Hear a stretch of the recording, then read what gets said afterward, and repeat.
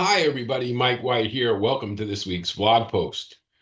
Pretty amazing. We sit here with the weather that's going on across the country, and, you wouldn't think about it this way, but, after speaking to people that I work with and seeing the activity levels that are going on, it bodes the question, has spring already begun to have sprung? I know the groundhog showed up and said 6 more weeks of winter. And I'm certainly aware of the miserable weather that are in parts of the country, but I'm telling you, I'm seeing an increasing number of people seeking pre-approvals or picking up the phone and asking questions about programs and costs and all sorts of different things that are going on that lead you to believe that you know given the current situation, people are very interested in moving forward, or at least contemplating moving forward with selling or buying a house, or maybe both. And while winter appears, certainly the weather to still be with us in some parts of the country, it looks like the spring buying process may be, let's just say, beginning its full bloom, if you will. Now, the good news is this week that rates have moved lower, and with a little luck, we might get past all the economic data that we're going to have today and tomorrow, um, closing the week with solid information will certainly help the bond market and the prices and help improve the situation for the consumer. And let's be honest, anytime we get better pricing, we're certainly sure to see an improved amount of consumer interest in the market, whether it be for purchases or refinances.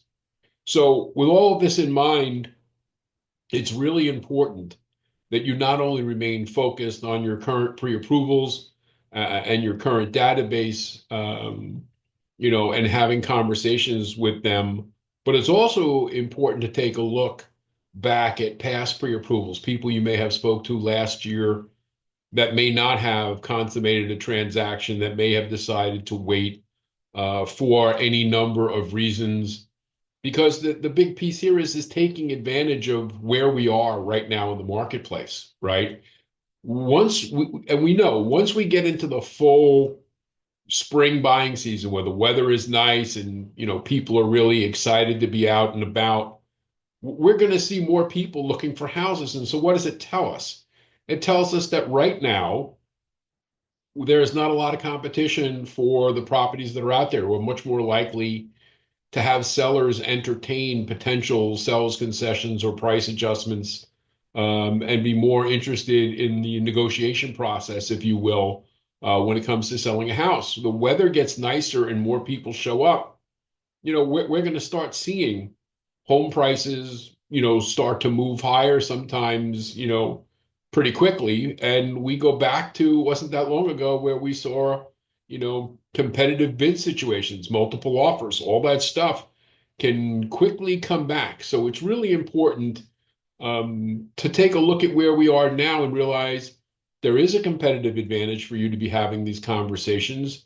The rate markets are improving to some degree. They're not where we'd all like them to be. But the good news here is, before prices get any higher on the houses, before the sellers become less flexible in what they're willing to negotiate, we can get people into those houses now. And down the road, you can always refinance them should the markets improve to the extent that it makes it worthwhile. So just keep that in mind. The other thing you need to keep in mind is, I talked about the data that was coming out both today and tomorrow. Well, today we're going to see both initial and continuing jobless claims. We're going to see the GDP numbers. We're going to see durable good orders. We're going to see pending home sales. And Friday, one of the Fed's favorite numbers to look at is PCE. That's going to be out there on Friday morning. These could all be market movers one way or the other. Could put pressure on the markets in either direction. But the reality of it is, I want you to be aware that these things are happening and to pay attention to them so that you're not blindsided one way or the other. The market conditions improve or they get worse can be dependent upon the data that comes out today and tomorrow. And you need to be aware of that because, the things that you're not prepared for are the things that always hurt you the worst.